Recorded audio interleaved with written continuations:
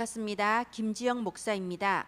오늘은 8월 학원 복음화 중에서 2과 예수님의 다른 교훈, 그리고 지난 수목금에 진행된 제25차 WRC 이 메시지를 우리 어린이들에게 적용하여서 전달할 수 있도록 저와 여러분이 함께 성령 인도 받는 시간 되기를 바랍니다. 기도합니다. 하나님 아버지, 은혜를 감사합니다. 세상에는 재앙이 가득합니다. 하나님 모르는 귀신 문화, 사탄 문화가 가득합니다.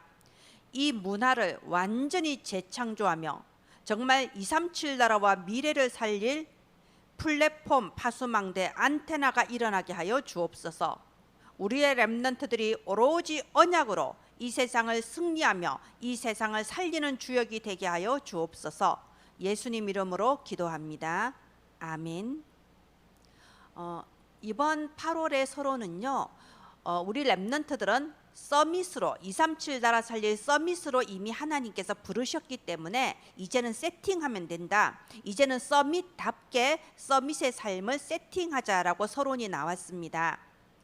내가 누구이냐, 나의 정체성을 바로 알 때에 생각이 달라지고 말이 달라지고 행동이 달라지고 미래가 달라지죠. 하나님께서는 우리 렘넌트를 237 나라 미래 살릴 서밋으로 부르시고요, 보좌의 서밋, 삶의 서밋, 237 서밋으로 나를 세팅하라고 하셨어요. 자, 그러면 이것을 우리가 이번 WIC 메시지와 함께 연결해서 우리 렘넌트들한테 전달되어지기를 바랍니다. 그래서 보좌의 서밋, 이 보좌의 서밋에 대해서는 우리 렘넌트들이 눈이 열리면 됩니다. 이 세상은 사람들은 눈에 보이는 것밖에 몰라요. 그러나 하나님께서는 우리 렘넌트들의 영안을 열어주셔서 눈에 보이는 세상 나라 그 이면에 공중권세 잡고 있는 사탄의 나라와 그리고 그 모든 것을 능히 이기고 승리하게 하시는 하나님의 나라, 이 세 가지 나라가 있는 겁니다. 그리고 우리 렘넌트들은요, 이제는 하나님의 자녀이기 때문에 하나님 나라의 이 무한대한 그 영적인 힘으로 이 세상을 살릴 수 있는 플랫폼이다 이겁니다.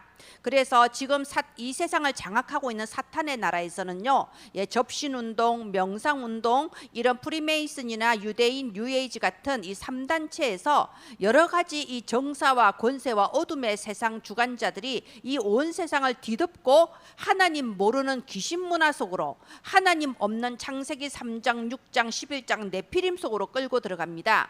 그러나 하나님께서는 우리의 렘넌트를 택하여 세우셨어요. 우리 렘넌트들이 그 어떤 사탄도 이길 수 없는 완전한 능력을 우리 렘넌트들에게 주셨습니다. 바로 그게 보좌의 축복이죠. 보좌의 능력이죠. 그래서 지금 393이 나오고 있는 겁니다. 우리 렘넌트들이 하루에 한 번 정도 이렇게 깊이 호흡하면서 들이마시고 내쉬는 호흡을 하면서 내가 누구냐, 나는 성삼위 하나님이 함께 하시는 하나님 자녀다. 하나님은 나에게 오력을 주셨다. 내가 누구냐, 나에게는 하나님의 생명이 회복되었으며 하나님의 형상이 회복된 하나님의 자녀고 시공간 초월하여 보좌의 축복으로 237 나라 살릴 렘넌트다. 이제 나는 이 3시대를 이끌 주역이다. 이것을 기도하면서 천천히 호흡하면서 깊이 묵상하는 겁니다. 그게 세팅이죠. 그래서 정말 이 세상의 사탄의 문화와 네피림 문화를 능히 이길 수 있는 그 무한대한 보좌의 축복을 누리는 플랫폼으로 이제 나는 보호자의 서밋으로 세팅되는 우리 렘넌트들 되기를 바랍니다. 또 두 번째가 삶의 서밋이었어요. 자, 그러면 실제적으로 지금 내가 살고 있는 이 시대에, 내가 살고 있는 이 현장 속에서 어떻게 하면 나는 하나님이 주신 이 서밋의 세팅이 될 수 있을까요? 나의 현장에서 시대의 문제를 보고 시대를 살릴 파수망대라고 했습니다. 이게 무슨 말인가요? 여러분, 실제로 우리 렘넌트들의 현장에는요, 진짜 내가 렘넌트인가? 아니, 이 세상이 왜 이러지? 이렇게 의문을 가질 일이 너무 많습니다. 사실상 렘넌트들 중에서도 가정이 깨어지는 경우도 있고요, 또는 중요한 시험에 실패하는 경우도 있고요, 또는 학교 안에 왕따나 여러 가지 문제 때문에 낙심하고 있는 렘넌트들도 많습니다. 그게 나의 현장이에요.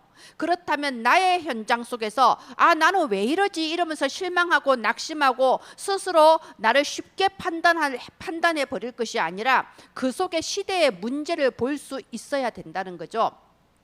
왜 저 친구는 가정이 깨어졌을까? 왜 나는 이렇게 뭐가 잘 안 될까? 여기에서 우리가 이 시대의 문제, 이 시대의 재앙을 볼 수 있는 게 바로 삶의 서밋입니다. 하나님 떠나서 지금 이 시대 창세기 3장, 6장, 11장 속에 있기 때문에 당연히 올 수밖에 없는 문제가 온 거구나.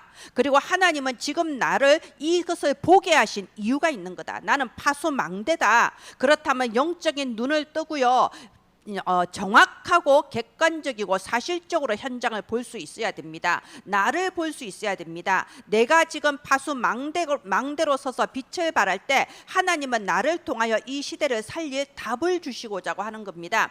나의 현장의 문제 때문에 나를 쉽게 판단하고 저 무한대한 보좌의 축복에서 나를 스스로 차단하는 그런 어리석은 렘넌트가 아니라 정말 나의 문제 속에 시대의 문제를 보며 나는 이 시대 파수꾼이다, 이것을 아는 자가 바로 삶의 서밋이죠. 자, 어떻게 그렇게 될 수 있을까요? 하나님의 말씀으로 나의 마음과 생각, 나의 내면이 새롭게 편집되는 겁니다.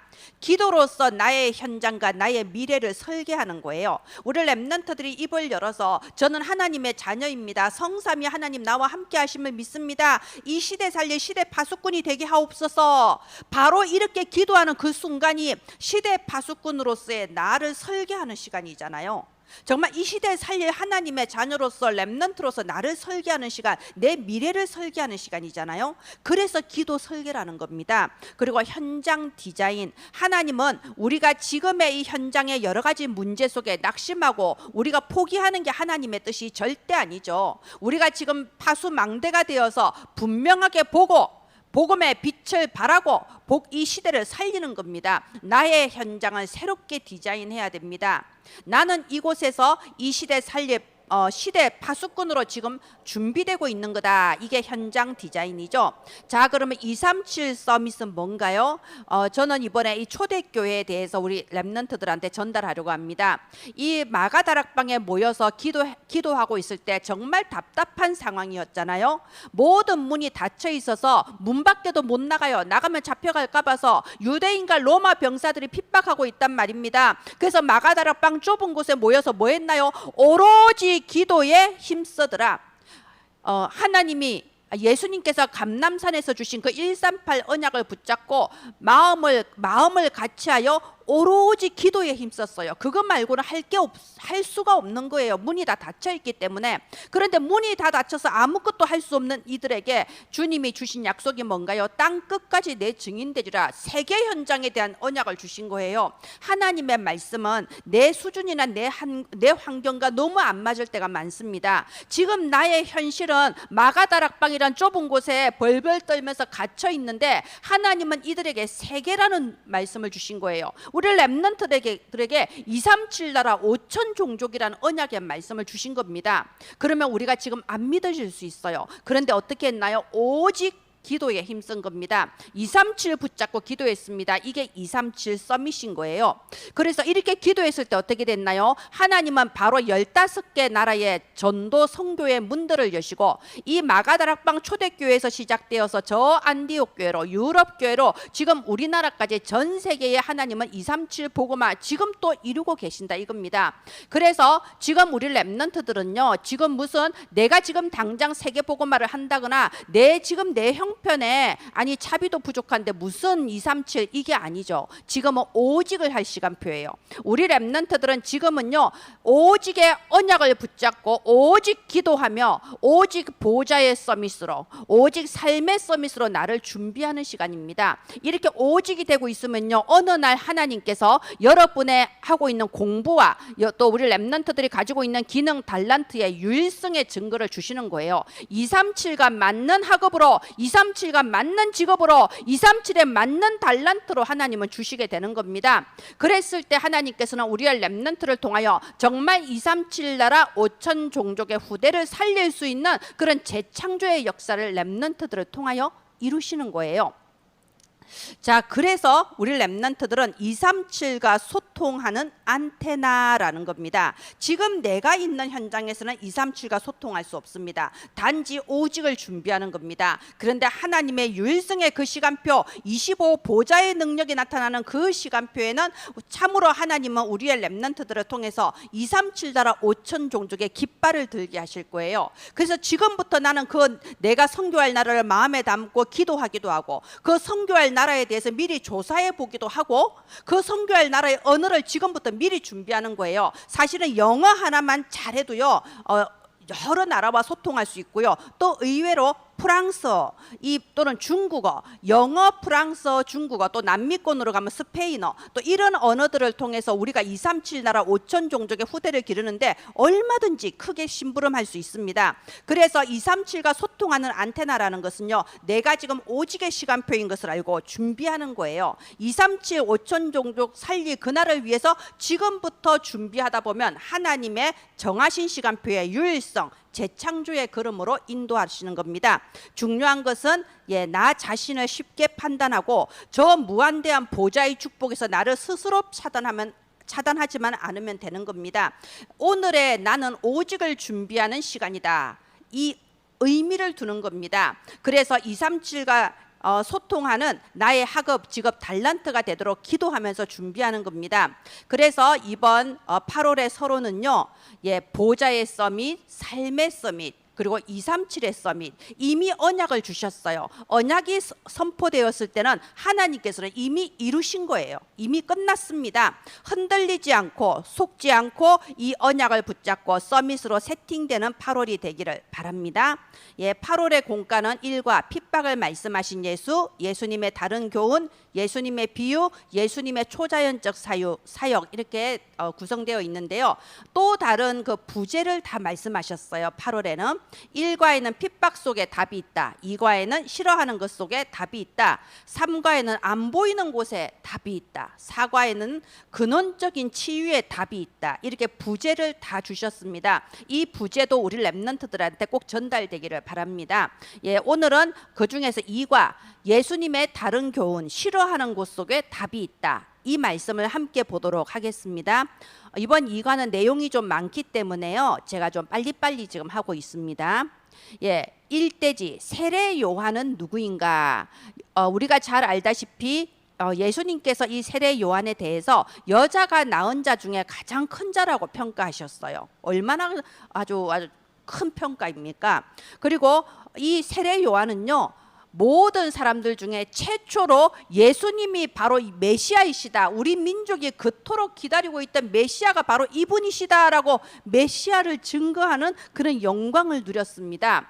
심지어 인간으로서 하나님이신 예수님께 세례까지 베풀었습니다. 이거는 정말 있을 수 없는 영광이죠. 세례 요한 또 그 사실을 알았기 때문에 주여, 저는 당신의 신들매를 풀 자격도 없나이다, 내가 어떻게 감히 당신에게 세례 베풀 수 있겠습니까? 했는데 이것이 하나님의 뜻이다, 함께 하나님의 뜻을 이루자, 이렇게 예수님 말씀하셨을 때 딱 이렇게 세례를 베풀었죠. 한마디로 세례 요한은요, 모든 인간들 중에서 제일 위대한 일에 심부름을 한 겁니다. 제일 영광스러운 일에 쓰임 받았어요. 그런데 보십시오. 그런데 유대인들은요, 이 세례 요한을 싫어했어요. 그냥 싫어하는 걸로 끝난 게 아니고 심지어 이 세례 요한을 죽이기까지 했습니다. 왜 그렇게도 싫어했을까요? 그래서 이번 주 그 부제가 싫어하는 것 속에 답이 있다, 이겁니다. 왜 그렇게도 유대인들은 세례 요한의 가르침을 싫어했을까요? 자, 그리고 2대지입니다. 왜 예수님께서는 유대인들이 거부하는 말씀을 하셨을까요? 예수님께서는요, 이렇게 유대인들에게 말씀을 전하실 때 유대인들이 싫어할 줄 미리 아셨어요. 이렇게 말을 해봤자 저들이 이 말을 듣고 은혜 받기는커녕 이 말씀을 거부하고 나를 핍박할 것이다, 미리 아셨어요. 아시면서도 그 거부하는 말씀을 주셨어요. 이유가 뭔가요? 11장 25절에 보면요, 천지의 주제이신 아버지여, 이것을 지혜롭고 설기 있는 자들에게는 숨기시고 어린아이들에게는 나타내셨다라고 되어 있습니다. 자, 지혜롭고 설기 있는 자들이 누구냐? 바로 종교생활하는 사람입니다. 어린아이들은 누구냐? 나는 할 수 없다는 것을 알고 그래서 오직 그리스도라는 답을 붙잡는 자, 오직 그리스도로 담난 복음 가진 자를 말하는 겁니다. 여러분, 종교 생활을 하는 사람은요, 이 복음의 말씀이 이해가 안 돼요. 이해가 안 되니까 싫어하고 거부하는 겁니다. 우리 랩런트들이 정말 이것을 잘 구분할 수 있어야 됩니다. 이게 구분이 잘 안 돼요. 말하자면 도둑질을 하고 거짓말을 하고 범죄를 저지르는 것은 아, 저게 나쁜 거구나 하고 스스로 끊으려는 노력도 할 수 있고 피하기도 하는데요. 너무 좋아 보인다니까요. 이 종교 생활이 정말 믿음이 좋아 보이고 인간으로서 올바른 거거든요. 실제로 우리가 교회 안에 이런 경우를 너무 많이 보죠. 우리가 교회 안에 다툼이 있고요. 교회가 반으로 갈라지고 또는 분리, 분열, 막 아주 안 좋은 일들이 교회에 많이 일어납니다. 그러면 그 속에서 상처받고 무너지는 것은 결국 후대예요. 젊은이로부터 어린아이들까지 교회를 떠날 수밖에 없습니다. 아직까지 복음의 말씀이 완전히 내게 각인 되지도 않았는데 교회의 그런 다툼이나 분리 분쟁의 모습을 보면요, 아, 교회를 왜 다녀야 돼? 교회가 답이 안 되는 거예요. 그래서 세상으로 나가버려요. 그럼 세상에는 답이 있습니까? 세상은 다 사단 문화, 귀신 문화, 하나님 없는 문화니까 결국 그 속에서 방황하고 그 속에서 고통받는 건 후대들밖에 없다 이겁니다. 그런데 이렇게 교회 안에서 분리와 분열이 일어날 때요, 막 분쟁이 일어날 때요, 그 사람들의 말을 들어보면 다 타당해요. 맞는 말합니다. 어떻게 집사가 저럴 수가 있냐? 어떻게 장로가 저럴 수가 있냐? 어떻게 교역자가 되어서 저럴 수가 있냐? 올바른 교회가 이러면 되냐? 다 타당한 말을 해요. 틀린 말 하나도 없습니다. 그런데 그게 종교 생활이다 이겁니다. 자, 마땅히 우리는 올바르게 생각을 하고 올바르게 행동을 해야 됩니다. 마땅히 예의 바르게 행동을 하고요. 마땅히 인간으로서 인간답게 올바르게 살아야 됩니다. 그런데 다 이것이 인간의 일이다 이겁니다. 다 육신의 일이에요. 제가 그렇게 교회 안에서 분쟁이 일어나고 자기 주장을 하시는 분들의 말씀을 들어보면 다 맞는 말인데 육신의 일이에요. 사람의 일이에요. 누가 이랬다, 누가 이랬다, 누가 이렇게 했다. 이게 맞냐? 틀리죠. 잘못됐죠. 마땅히 정죄하고 고쳐야 됩니다. 그런데 이거는 영적인 일도 아니고요, 생명의 일도 아닌 거예요. 그런데 이렇게 예수 그리스도의 이 복음에 대해서 얘기를 하면요, 듣기 싫어요. 왜냐하면은 왜 핑계를 대냐 이렇게 되는 거죠. 네가 잘못해놓고 네가 고쳐야지, 네가 똑바로 살아야지 왜 핑계를 대냐 이렇게 되는 거죠. 그런데 보십시오. 정말 올바르게 살고 싶고 훌륭하게 살고 싶은데 안 되잖아요. 할 수가 없는 거예요. 그래서 어린아이들이란 표현을 예수님이 주신 겁니다. 우리가 우리 가문을 타고 내려오는 영적 문제, 올바른 생각, 올바른 말로써 이길 수가 없습니다. 절대 못 이깁니다.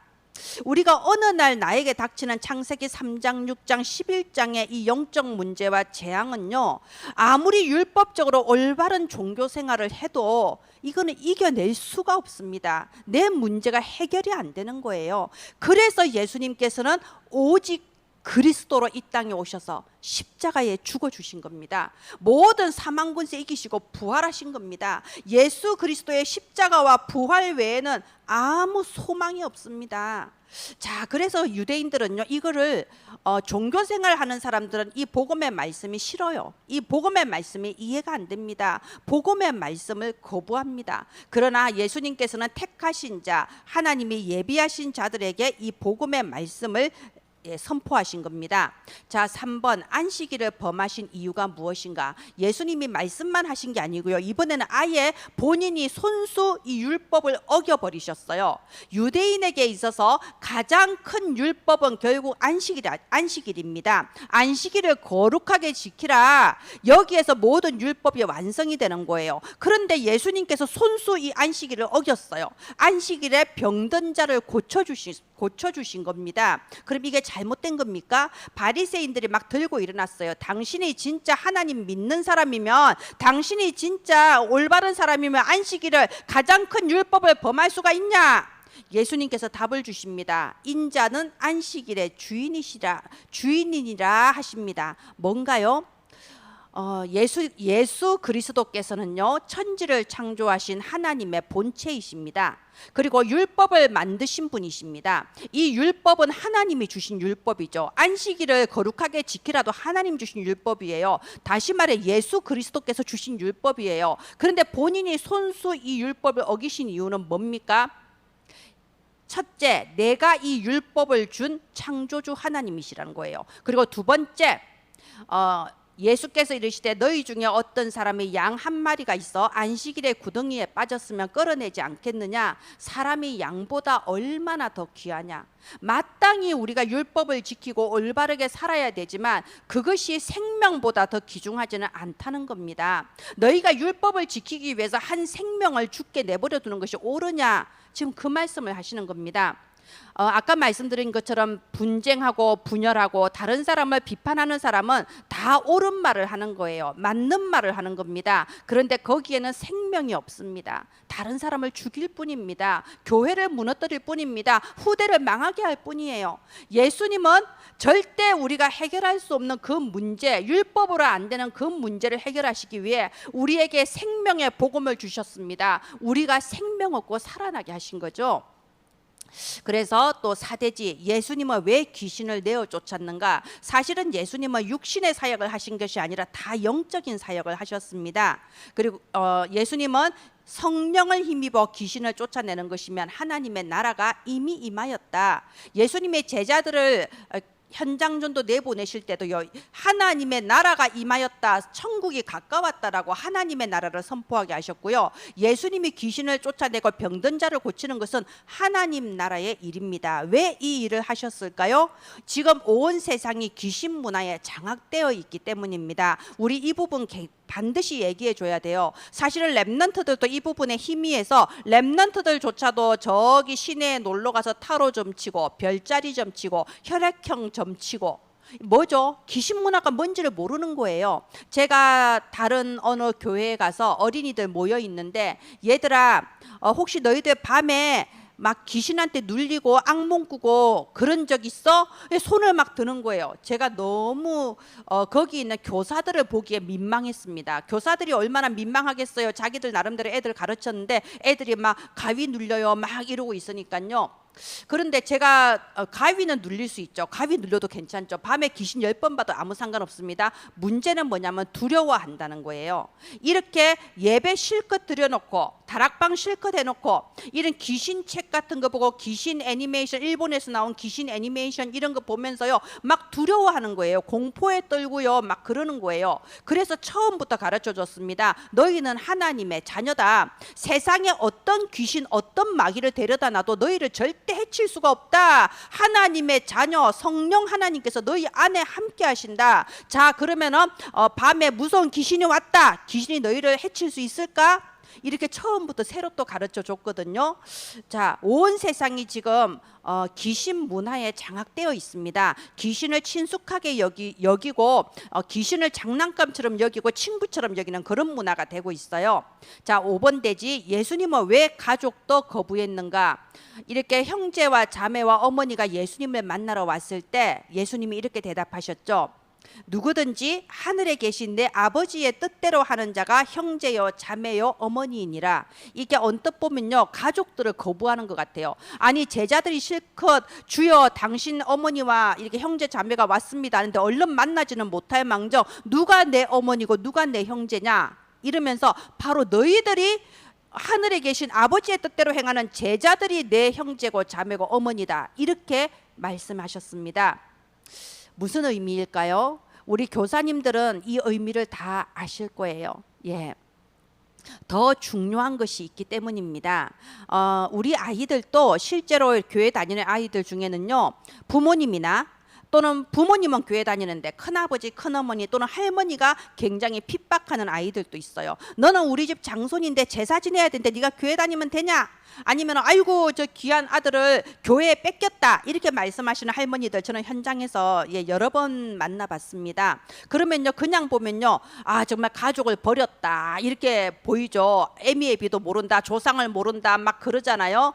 예, 더 중요한 것이 있기 때문입니다. 우리가 육신의 부모를 공경하고 부모님 말씀에 순종해야지요. 그러나 하나님께서 주신 생명의 복음만은 양보할 수가 없는 겁니다. 어떤 경우에도 우리가 생명의 복음에 있어서는 한치도 물러설 수가 없는 거죠.